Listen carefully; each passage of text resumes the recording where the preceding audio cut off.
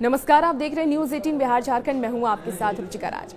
दिल्ली विधानसभा चुनाव के बाद बीजेपी में खुशी का माहौल था। हर तरफ जीत की खुशियां मनाई जा रही थी और इस जीत के बाद कयास ये लगाए जा रहे थे कि आने वाले वक्त में दिल्ली का मुख्यमंत्री कौन होगा। हालांकि इस पर मुहर लग गई है, दिल्ली की मुख्यमंत्री रेखा गुप्ता बनाई गई है। लेकिन विधानसभा चुनाव में बीजेपी के शानदार जीत के बाद से ही प्रवेश वर्मा मुख्यमंत्री के रेस में सबसे आगे चल रहे थे, क्योंकि उन्होंने अरविंद केजरीवाल को हराया था और लाजमी है कि इस लिहाज से भी उनके नाम को सबसे आगे रखा जा रहा था कि आने वाले वक्त में प्रवेश वर्मा ही मुख्यमंत्री बन सकते हैं।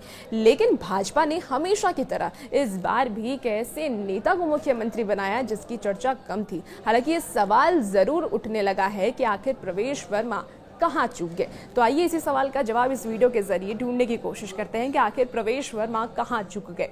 दरअसल केजरीवाल का वर्चस्व खत्म प्रवेश वर्मा ने कर दिया है। दिल्ली के पूर्व मुख्यमंत्री साहिब सिंह वर्मा के बेटे हैं प्रवेश वर्मा, और जो अब नई दिल्ली सीट से जीत हासिल कर चुके हैं। हालांकि उन्हें डिप्टी सीएम बनाया गया है, लेकिन आपको बता दें कि जब से केजरीवाल को नई दिल्ली सीट से हराकर उनके वर्चस्व को खत्म किया है उन्होंने, तभी से उन्हें इस पद के लिए सबसे बड़े दावेदार के रूप में देखा जा रहा था, माना जा रहा था।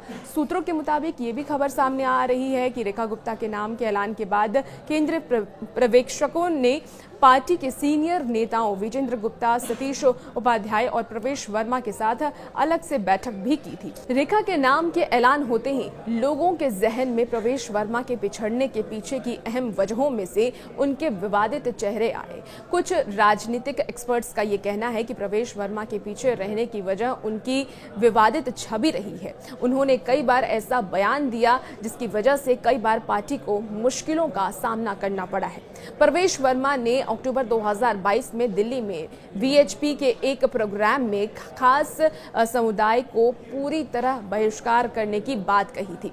प्रवेश वर्मा का वो बयान पार्टी के लिए मुसीबत बन गया, मुश्किल खड़ा कर दिया पार्टी के लिए। लेकिन वो क्या बयान उन्होंने दिया था वो भी एक बार जान लेते हैं। 2022 में प्रवेश वर्मा दिल्ली के महरौली से लोकसभा सांसद थे और उस समय प्रवेश वर्मा ने कहा था कि मैं कहता हूं कि अगर उनका दिमाग ठीक करना है तो इनकी तबीयत ठीक करनी है तो एक ही इलाज है और वो है संपूर्ण बहिष्कार। और उनके इस बयान को लेकर के पार्टी में नाराजगी थी, पार्टी काफी ज्यादा विवाद में आ गई थी। शायद इसी वजह से 2024 को लोकसभा में चुनाव में उनका महरौली से टिकट भी काट दिया गया था। अब परिवारवाद से भी बीजेपी कहीं ना कहीं बचना चाहती है और ये भी एक बहुत बड़ी वजह है जिस वजह से प्रवेश वर्मा को शायद मुख्यमंत्री का पद नहीं मिल सका। आपको बता दें कि हमेशा से ही परिवारवाद से बीजेपी बचती रही है और ऐसे में प्रवेश वर्मा के जो पिता हैं वो हैं साहिब सिंह वर्मा, जो कि 1996 से 1998 तक दिल्ली के सीएम रह चुके हैं। ऐसे में परिवारवाद से सख्त खिलाफ रहने वाली भाजपा ने विपक्ष के आलोचनाओं से बचने के लिए भी ये कदम उठाया होगा। और इसके अलावा भारतीय जनता पार्टी को अक्सर ये देखा गया है कि वो मुख्यमंत्री के बेटों पर दांव कम ही चलती है और इसकी मिसाल हिमाचल में भी देखने को मिलती है। हिमाचल में प्रेम कुमार धूमल के बेटे अनुराग ठाकुर को मुख्यमंत्री का अहम दावेदार माना जा रहा था, लेकिन भाजपा ने अनुराग को साइड करते हुए जयराम ठाकुर को मुख्यमंत्री के तौर पर चुना।